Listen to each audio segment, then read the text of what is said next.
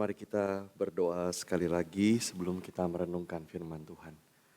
Tuhan, terima kasih kami boleh beribadah. Terima kasih kami juga ada waktu seperti ini bersama dengan saudara-saudara seiman. Kami memuji-Mu, mengagungkan-Mu, dan sekarang kami mau membaca dan merenungkan firman-Mu. Tuhan berkati kami, biarlah apa yang kami baca, apa yang kami renungkan, Roh Kudus bekerja di dalam hati kami dan memakai untuk kami kembali tunduk di hadapan-Mu. Terima kasih ya Tuhan, kami serahkan waktu di depan kami ke dalam tangan kasih-Mu. Dalam nama Tuhan Yesus kami berdoa. Amin. Selamat pagi saudara. Saudara, mari saya mengajak kita melihat satu bagian Alkitab dari 1 Raja-Raja pasal 9 ayat 1 sampai 9. Kitab 1 Raja-Raja pasal 9 ayat 1 sampai 9. Saya akan bacakan bagi kita semua dari versi TB2. Saudara boleh melihat di Alkitab masing-masing. 1 Raja-Raja pasal yang ke-9 ayat 1 sampai 9, demikian firman Tuhan. Setelah Salomo selesai mendirikan rumah Tuhan dan istana raja serta membuat segala yang diinginkannya, Tuhan menampakkan diri kepada Salomo untuk kedua kalinya, seperti ia telah menampakkan diri kepadanya di Gibeon.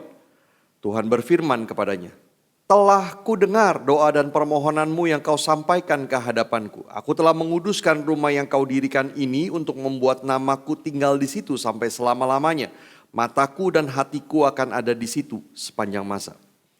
Adapun engkau, jika engkau hidup di hadapanku sama seperti Daud ayahmu dengan hati yang tulus, hidup lurus, dan berbuat sesuai dengan segala yang kuperintahkan kepadamu, serta jika engkau memelihara segala ketetapan dan peraturanku, aku akan meneguhkan tahta kerajaanmu atas Israel untuk selama-lamanya, seperti yang telah kujanjikan kepada Daud ayahmu dengan berkata, keturunanmu takkan terputus dari tahta kerajaan Israel.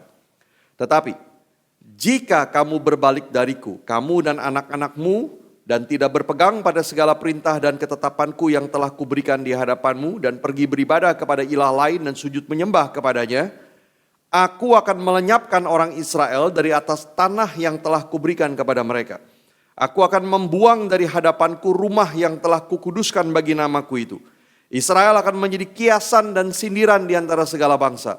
Rumah ini akan menjadi timbunan puing sehingga setiap orang yang lewat akan terperanjat, bersuit dan berkata, mengapa Tuhan berbuat demikian terhadap negeri ini dan rumah ini? Orang akan berkata, sebab mereka meninggalkan Tuhan Allah mereka yang membawa nenek moyang mereka keluar dari tanah Mesir dan berpegang pada ilah lain dan sujud menyembah serta beribadah kepadanya. Itulah sebabnya Tuhan mendatangkan segala malapetaka ini ke atas mereka. Sampai semikian jauh pembacaan bagian firman Tuhan. Nah, saudara, kisah yang tadi kita baca ini adalah tentang Raja Salomo. Nah, saudara, kalau kita membaca Alkitab, kita cukup familiar dengan kisah Alkitab, kita akan tahu bahwa Salomo adalah raja yang ketiga dari Israel. Sebetulnya saudara hanya pernah ada 3 raja yang memerintah Israel secara keseluruhan sebelum kemudian kerajaan terpecah. Raja pertama adalah Saul, raja kedua adalah Daud, raja ketiga sekaligus yang terakhir adalah Salomo. Dan setelah Salomo kemudian kerajaan menjadi terpecah. Nah saudara, maka di zaman ketiga raja yang pertama ini, Saul, Daud, dan Salomo, Israel boleh dikatakan sedang mencapai puncak kejayaannya, baik secara militer maupun secara ekonomi. Dan dari zaman 3 raja ini, Saul, Daud, dan Salomo, yang terbesar mungkin kita bisa katakan adalah di zaman Salomo. Nah saudara, Salomo sangat terkenal sekali. Dan biasanya saudara ketika orang berbicara tentang Salomo ada beberapa hal yang orang langsung ingat kenapa dia terkenal. Saya sebutkan 4 hal saja, saudara, 2 yang baik, 2 yang buruk. Yang pertama adalah hikmatnya. Dia bukan hanya pandai, dia bijaksana. Saudara, kitab 1 Raja-Raja menceritakan betapa besar hikmatnya. Betapa luar biasanya dia. Dia menjadi begitu terkenal ke seluruh dunia dan orang-orang berbagai bangsa datang untuk menyaksikan hikmatnya. Dan mereka terkagum-kagum melihat Salomo. Saudara, betapa luar biasanya orang ini di dalam hikmat. Yang kedua saudara adalah kekayaannya. Salomo sangat kaya. Saudara, kitab 1 Raja-Raja menceritakan bahwa setiap tahun Salomo menerima sekitar 25 ton emas selain barang-barang berharga lainnya. Dan ada satu kalimat saudara yang menggambarkan, dikatakan begini, di zaman dia perak di Yerusalem seperti batu saking banyaknya. Saudara, bangsa-bangsa lain bukan hanya kagum kepada dia, tetapi juga membawa persembahan kepadanya berbagai barang berharga terus-menerus. Ini Salomo, sangat berhikmat, sangat kaya. Dan itu bukan karena kehebatannya, tetapi karena Tuhan yang memberikan kepadanya. Tetapi saudara, hal ketiga yang sangat terkenal dari Salomo yang buruk, saudara bisa tebak apa? Istrinya, saudara ya. Jumlah istrinya dan selirnya, dia punya 700 istri dan 300 selir. Dan istri-istrinya dari perempuan-perempuan bangsa-bangsa lain yang menyembah ilah lain. Maka hal keempat yang sangat terkenal dari Salomo adalah kejatuhannya. Di masa tuanya dia meninggalkan Tuhan. Dan saudara, mari kita lihat kalimat yang menyimpulkan hidup Salomo ini. Pasal 11 ayat 6. Salomo melakukan apa yang jahat di mata Tuhan. Dan ia tidak sepenuhnya mengikuti Tuhan seperti Daud ayahnya. Dan kesimpulannya adalah Tuhan pun murka kepada Salomo. Sebab hatinya telah berpaling dari Tuhan Allah Israel. Saudara, ini kehidupan Salomo. Ada banyak hal baik yang terjadi. Ada kemudian kejatuhan dan bencana yang menghancurkan hidup dia. Dan ada satu kesimpulan saudara yang menarik adalah bahwa semua ini terjadi sebetulnya adalah karena pilihan. Saudara, bagaimana Salomo bisa menjadi sangat berhikmat, sangat kaya karena dia membuat pilihan yang benar. Bagaimana Salomo kemudian bisa memiliki sangat banyak istri, selir dan kemudian meninggalkan Tuhan? Sama, karena dia membuat pilihan yang salah. Maka apa yang baik dalam hidupnya, apa yang menghancurkan hidupnya, dua-duanya adalah karena pilihan yang dia buat. Nah, saudara, di dalam dunia kita punya banyak pilihan. Dari pagi saudara kita sudah membuat banyak pilihan. Saudara mau bangun tidur atau saudara mau terus tidur lalu kemudian telat ke gereja. Saudara mau mandi pakai sabun apa? Mungkin begitu. Saya nggak tahu kalau saudara banyak sabun di kamar mandi. Mau sarapan apa? Begitu. Mau pakai baju apa? Mau lewat jalan mana, lalu sampai di sini mau duduk di mana.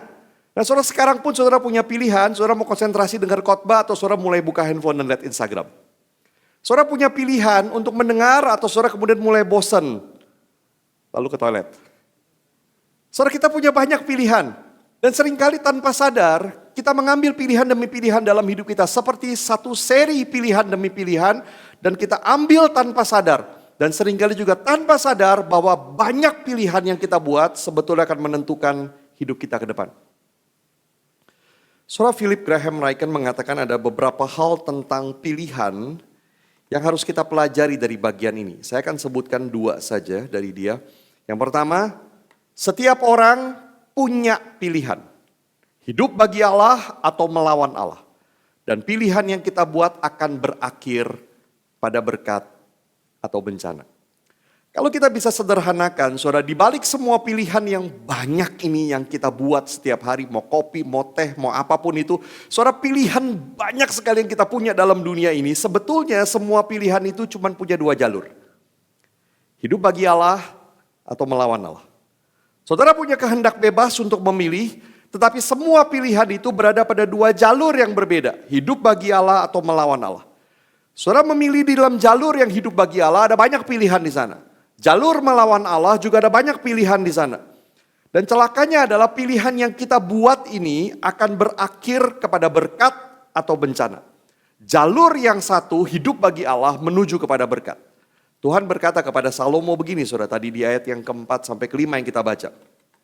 Adapun engkau, jika engkau hidup di hadapanku seperti Daud ayahmu dengan hati yang tulus, hidup lurus, berbuat sesuai dengan segala yang kuperintahkan kepadamu, jika engkau memelihara segala ketetapan dan peraturanku, maka aku akan meneguhkan tahta kerajaanmu dan seterusnya. Saudara perhatikan bahwa bentuk kalimat di sini adalah jika, maka. Walaupun tidak ada kata maka di situ, tapi bentuknya seperti itu. Jika dan maka. Ada syarat yang harus dilakukan oleh Salomo. Jika dia memilih jalan yang benar, hidup di hadapan Tuhan dengan hati yang tulus, hidup lurus, berbuat sesuai dengan yang Tuhan perintahkan, memelihara ketetapan dan peraturan Tuhan. Jika itu jalan yang dia pilih, Tuhan akan memberkati. Sesuai janji Tuhan. Ujungnya adalah berkat. Nah, saudara jangan berpikir bahwa ini adalah legalisme. Legalisme adalah kalau kita berpikir bahwa Tuhan menyelamatkan kita dan mengasihi kita berdasarkan perbuatan kita.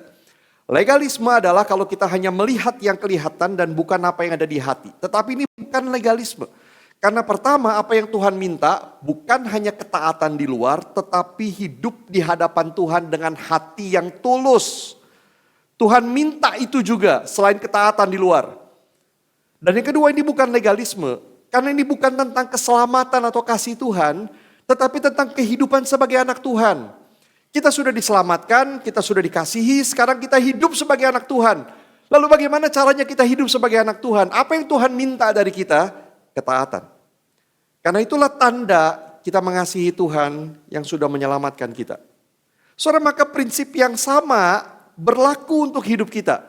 Jika kita hidup di hadapan Tuhan dengan hati yang tulus, hidup lurus, taat kepada Tuhan, jika itu jalan yang kita pilih, Tuhan akan memberkati sesuai janji Tuhan. Tapi ada jalan lain yang bisa kita pilih dalam hidup, yaitu jalan melawan Tuhan. Jalan ketidaktaatan. Yang ujungnya, akhirnya adalah bencana. Lihat perkataan Tuhan, saudara, di ayat 6 sampai ke 7 ini. Tetapi jika kamu berbalik dariku, kamu dan anak-anakmu tidak berpegang pada segala perintah ketetapan yang telah kuberikan di hadapanmu, pergi beribadah kepada Allah lain, sujud menyembah kepadanya, maka aku akan melenyapkan dan seterusnya. Sekali lagi bentuknya di sini adalah jika, maka.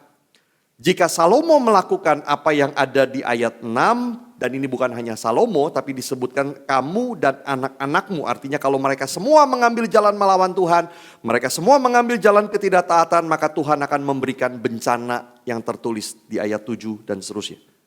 Yaitu mereka akan kehilangan semua yang berharga bagi mereka. Tanah perjanjian yang Tuhan berikan, bait suci, rumah yang dikuduskan Tuhan itu, artinya kehadiran dan penyertaan Tuhan. Dan yang ketiga adalah nama baik. Orang-orang luar akan mentertawakan mereka. Saudara, dikatakan di ayat 8, setiap orang yang lewat melihat keadaan mereka akan terperanjat, bersuit dan berkata, mengapa Tuhan berbuat demikian terhadap negeri ini dan rumah ini? Saya bayangkan Israel akan menjadi bahan pembicaraan. Banyak orang akan berkata, jangan sampai kamu seperti mereka. Jangan sampai kalau gede kamu seperti dia. Mungkin orang tua berkata kepada anaknya begitu. Apa yang dilakukan oleh Salomo akan mempengaruhi anak-anaknya, bangsanya, dan akhirnya membuat mereka semua mengalami bencana. Dan seluruh dunia akan tahu dan menyindir mereka. Saudara, bukankah ini adalah juga sebuah peringatan buat kita? Ketika kita memilih berdosa, kita pilih jalan melawan Tuhan, kita pilih jalan ketidaktaatan, akhirnya ujungnya adalah bencana dan banyak orang di luar gereja akan menyindir kita. Dan seringkali saudara, ini semua dimulai bukan dari kesalahan yang besar, tapi kesalahan yang kecil. Hidup yang kecanduan, baik narkoba, rokok, pornografi, dimulai dari satu kali mencoba. Hidup kebangkrutan dimulai dari satu kali keputusan pengeluaran yang salah. Hidup yang terus-menerus menipu orang dimulai dari sebuah kebohongan kecil. Relasi yang hancur berantakan dimulai dari ganjalan kecil yang tidak dibereskan.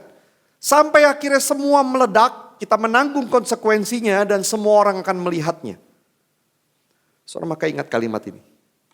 Jangan mulai berdosa. Kalau sudah mulai, jangan diteruskan. Jangan mulai, sekecil apapun itu. Tapi kalau sudah mulai, kalau sudah kecanduan, kalau sudah salah, jangan diteruskan. Berhenti sekarang juga. Ini yang pertama, saudara, tentang pilihan. Yang kedua, saudara. Setiap orang punya pilihan. Dan pilihan itu selalu di depan kita. Sekalipun dulu kita sudah memilih yang benar. Nah, saudara, ini sesuatu yang seringkali kita tidak sadar. Perhatikan apa yang dikatakan di dalam bagian ini di ayat 1-2 yang tadi sudah kita baca. Di ayat 1 dikatakan ini terjadi setelah Salomo selesai mendirikan rumah Tuhan dan istana raja serta membuat segala yang diinginkannya. Sampai di titik itu dia sudah membuat pilihan-pilihan yang benar dalam hidupnya dan Tuhan memberkati dia. Kemudian di ayat 2 dikatakan Tuhan menampakkan diri kepada Salomo untuk kedua kalinya seperti ia telah menampakkan diri kepadanya di Gibeon. Dan ini membawa kita ke belakang. Karena dikatakan ini kedua kalinya. Yang pertama di Gibeon. Apa yang terjadi di sana? Saudara mungkin terkenal, mungkin ingat kisah yang sangat terkenal ini saya ajak kita lihat di 3 ayat 5 ini, saudara. Di Gibeon, Tuhan menampakkan diri kepada Salomo dalam mimpi pada waktu malam. Berfirmanlah Allah, mintalah apa yang perlu kuberikan kepadamu. Dan ini adalah kesempatan satu kali seumur hidup. Once in a lifetime. Saudara, Tuhan sendiri yang ngomong, bukan jin Aladin. Tuhan sendiri yang ngomong, minta apa saja aku berikan kepadamu. Kalau saudara ditanya ini, saudara minta apa? Satu kali seumur hidup, saudara. Saudara minta apa? Dengan sangat bijak, Salomo memilih hikmat. Berikanlah kepada hambamu ini hati yang penuh pengertian untuk menjadi hakim atas umatmu dan dapat membedakan antara yang baik dan yang jahat. Sebab siapakah yang sanggup menjadi hakim atas umatmu yang besar ini? Dia tidak memikirkan dirinya, dia memikirkan umat Tuhan. Dia tidak memikirkan apa yang menguntungkan dia, dia memikirkan kemuliaan Tuhan. Dia minta hikmat untuk melayani Tuhan. Dan Tuhan berkenan sebab Salomo meminta hal itu. Ayat 11, lalu Allah berfirman kepadanya, karena engkau telah meminta hal itu, maka aku melakukan sesuai dengan permintaanmu. Sesungguhnya aku memberikan kepadamu hati yang bijak dan penuh pengertian, sehingga sebelummu tidak ada seorang seperti engkau, juga sesudahmu tidak akan muncul seorang seperti engkau. Juga apa yang tidak kau minta aku berikan kepadamu, baik kekayaan maupun kemuliaan, sehingga sepanjang umurmu takkan ada seorang pun seperti engkau di antara raja-raja. Saudara lihat, itulah sebabnya Salomo memiliki hikmat dan kekayaan yang sangat besar. Bukan karena dia hebat, tapi karena di awal dia menjadi raja, Salomo memilih yang benar. Dia memilih Tuhan. Dia memilih untuk hidup bagi Tuhan. Dia memilih meminta hikmat dari Tuhan untuk melayani Tuhan, memimpin umat Tuhan. Dia mau hidup bagi Allah, dia memikirkan orang lain lebih dari sendiri, dia tidak serakah minta kekayaan, dia menguduskan dirinya, dia menetapkan hati untuk mengasihi Allah. Dan akibatnya Tuhan memberikan kepada dia hikmat, kekayaan, kemuliaan jauh melampaui siapapun. Tuhan memberkati dia. Maka Salomo sangat sukses, bukan cuma dalam hal materi, tapi juga rohani. Saudara, dia melayani Tuhan dengan membangun bait suci. Pada waktu dedikasi bait suci, dia mengucapkan sebuah doa yang sangat luar biasa. Dia meminta kehadiran Tuhan. Dan Tuhan berespon kepada doa itu seperti ini, saudara, di ayat yang ketiga tadi sudah kita baca. Tuhan berfirman kepadanya, telah kudengar doa dan permohonanmu yang kusampaikan ke hadapanku. Aku telah menguduskan rumah yang kau dirikan ini untuk membuat namaku tinggal di situ sampai selama-lamanya. Mataku dan hatiku akan ada di situ sepanjang masa. Itu berarti siapa saja bisa datang dan berjumpa Tuhan di rumah itu. Siapa saja bisa berdoa kepada Tuhan yang hadir di sana. Pelayanan Salomo membuka jalan kehadiran Tuhan di tengah manusia. Saudara, bukankah ini pelayanan yang sangat luar biasa? Pelayanan yang sangat besar sekali hasilnya. Seakan-akan Tuhan berkata begini, kamu sudah membuat pilihan yang benar. Membangun bait suci, dengan hati yang tulus berdoa meminta kehadiranku. Kamu sudah membuat pilihan yang benar. Dan Tuhan memberkati. Tetapi sekarang di ayat keempat dan seterusnya Tuhan berkata, jika. Sekarang jika maka. Seakan-akan Tuhan berkata begini. Sekalipun dulu kamu sudah membuat pilihan yang benar. Aku berkati. Sekarang ada pilihan lagi di depanmu. Pilih lagi. Dengan benar. Salomo sudah memilih dengan benar, tapi dia harus melanjutkan lagi perjalanannya bersama dengan Tuhan. Jika dia beribadah kepada Allah, jika dia hidup kudus di hadapan Allah, dia akan menerima segala berkat lagi dari Allah. Tapi jika dia berbalik dari Allah, maka dia akan berakhir dengan bencana. Nah, saudara, bukankah prinsip yang sama juga berlaku dalam hidup kita juga? Kita punya pilihan setiap hari untuk taat kepada Tuhan.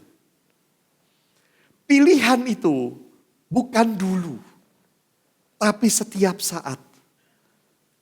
Memilih Allah bukanlah pilihan satu kali seumur hidup, once and for all, bukan.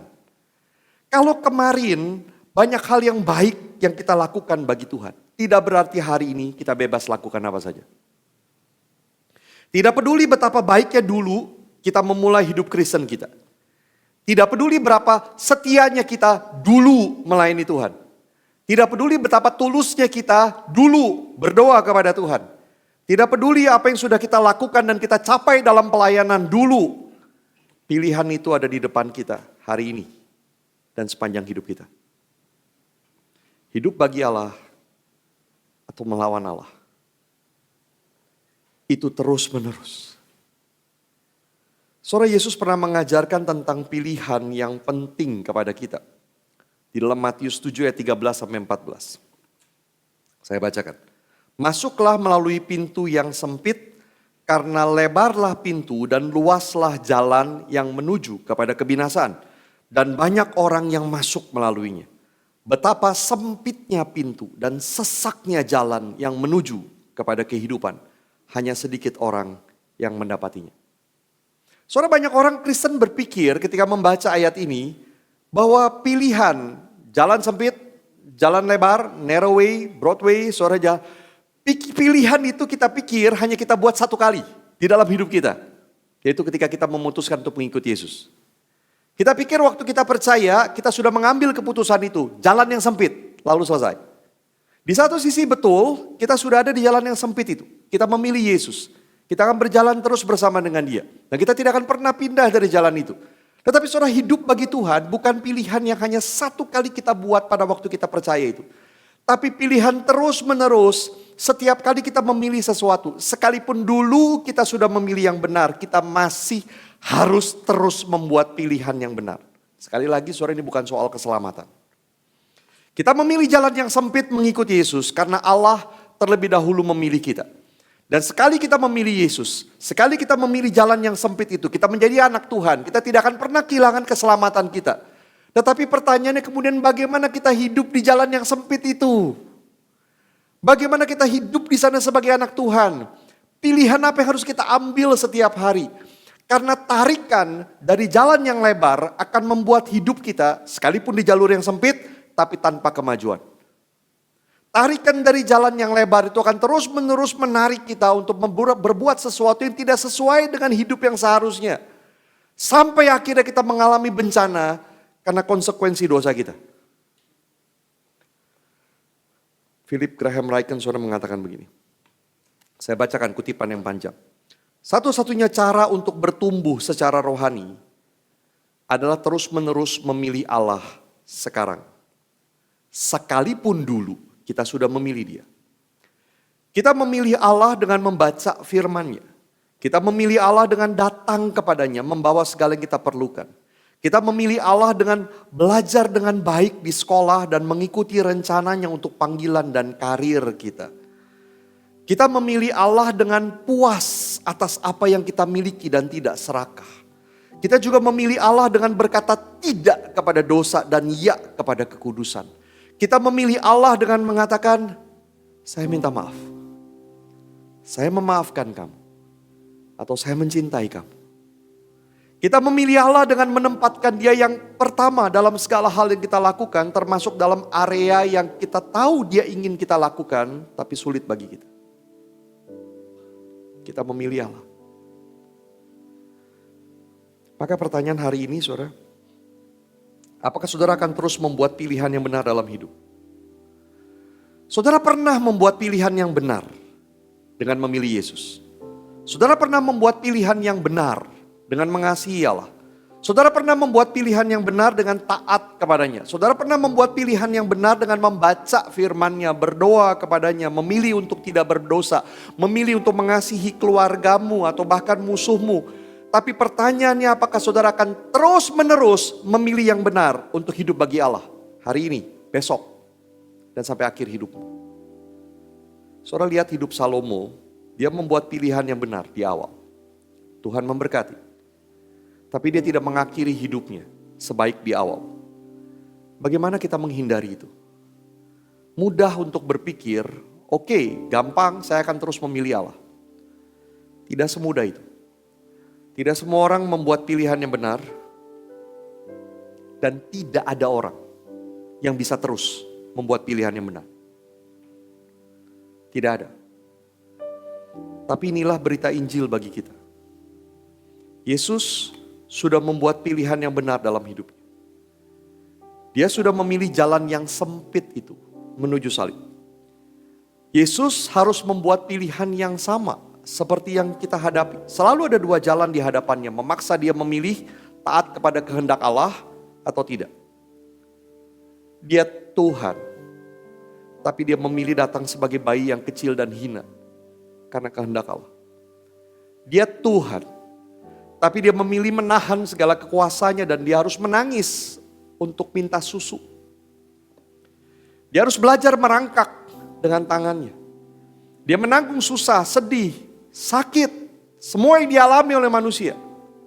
Dia Tuhan, tapi dia memilih untuk dicobai oleh setan di padang gurun untuk mengalami apa yang manusia alami.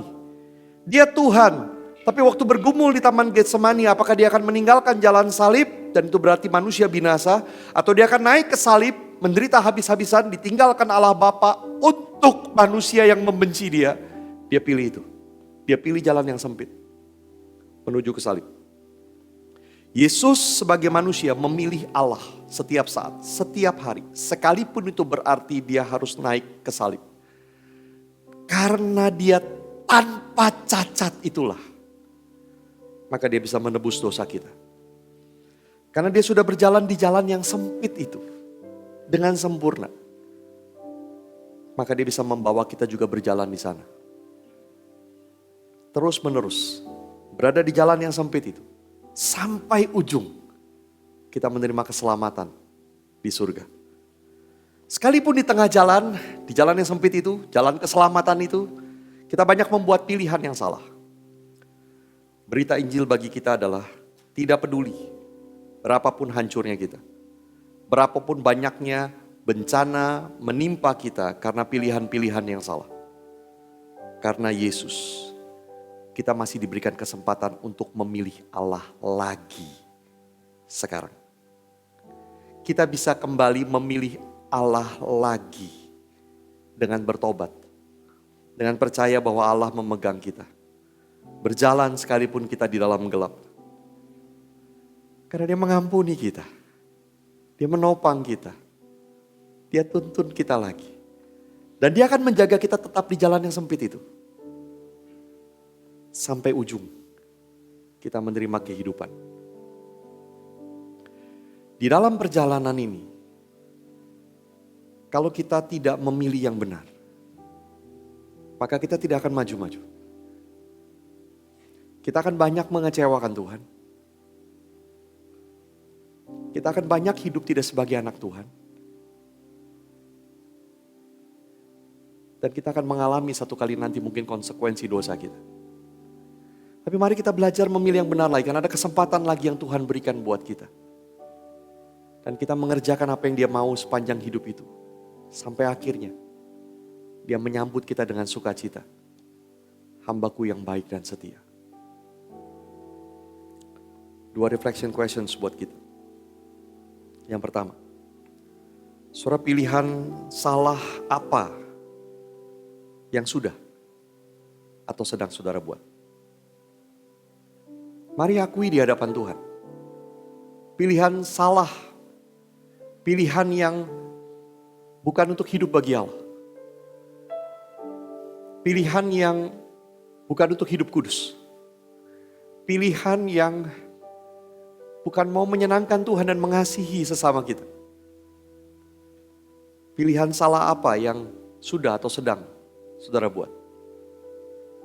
Dan yang kedua, mintalah anugerah dan kekuatan dari Allah untuk selalu memilih Allah. Dan mintalah pengampunan serta kesempatan untuk memilih Allah lagi. Tangan kasih-Nya terbuka, tahta kasih karunia ada di sana. Kita menghampiri Dia, kita memilih Dia lagi. Masing-masing berdoa kepada Tuhan dan nanti saya akan tutup dalam doa.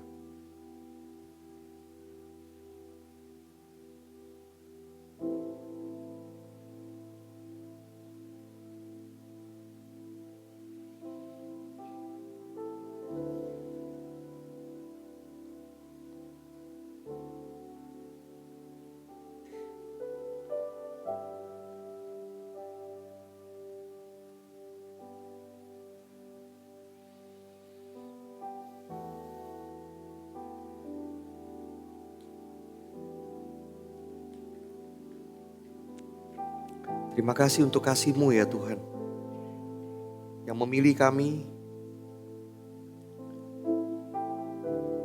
Terima kasih Engkau berjalan di jalan yang sempit itu di depan kami, dan Engkau membawa kami juga ke sana. Terima kasih ya Tuhan, menopang kami dan menjamin bahwa ujungnya adalah kami akan menerima keselamatan, sukacita surga. Terima kasih Tuhan. Tapi ampuni kami kalau di dalam sepanjang perjalanan ini kami seringkali memilih yang salah. Kami tidak memilih Engkau, kami tidak hidup sebagai anak Tuhan. Kami tidak hidup sebagaimana seharusnya di jalan keselamatan itu. Ampuni kami. Terima kasih untuk pengampunan. Terima kasih untuk kesempatan dan kasih karunia untuk memilih Engkau lagi. Tolong kami terus memilih-Mu ya Tuhan, dalam setiap pilihan yang dihadapkan kepada kami di depan. Tolong kami Tuhan. Terima kasih ya Tuhan. Ajar kami mengikut-Mu sebagai murid-Mu terus menerus sampai akhir. Dalam nama Tuhan Yesus kami berdoa.